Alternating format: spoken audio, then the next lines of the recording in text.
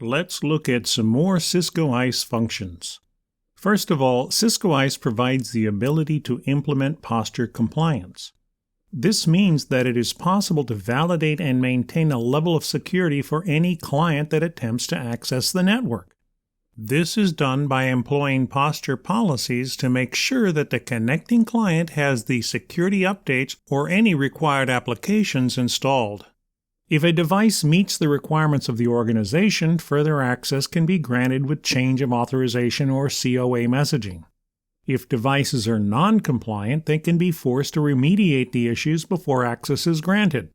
Posture compliance can also be integrated with mobile device management or MDM servers to manage mobile devices. When integrated, Cisco ISE can retrieve the policies from the MDM server and then enforce those policies when users register their devices. If the Cisco ISE device policy requires MDM and the mobile device is not compliant, then the user is just redirected to the MDM onboarding portal.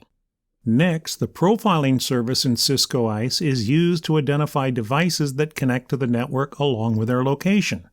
Based on key characteristics, the devices are profiled using endpoint-type profiling policies defined in Cisco ISE. Granular permissions can be granted according to the results of this evaluation and determine what a user can do based on the device being used to access the network.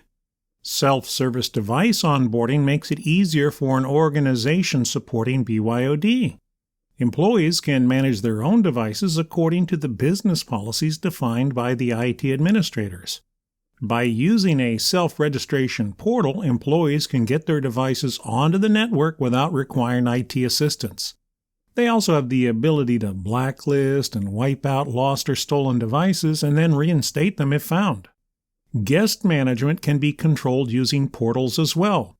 For example, a sponsor portal allows sponsors to create temporary accounts for guests, visitors, contractors, or customers to gain HTTP or HTTPS access to the network.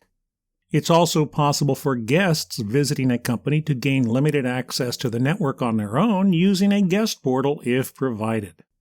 Finally, the Cisco ISE homepage, also known as the dashboard, is the landing page that provides a centralized interface to perform administration tasks as well as display real-time monitoring and troubleshooting data.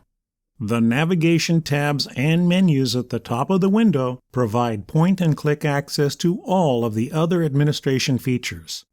This interface is designed to make it easier to access the information needed to make critical decisions in a timely fashion.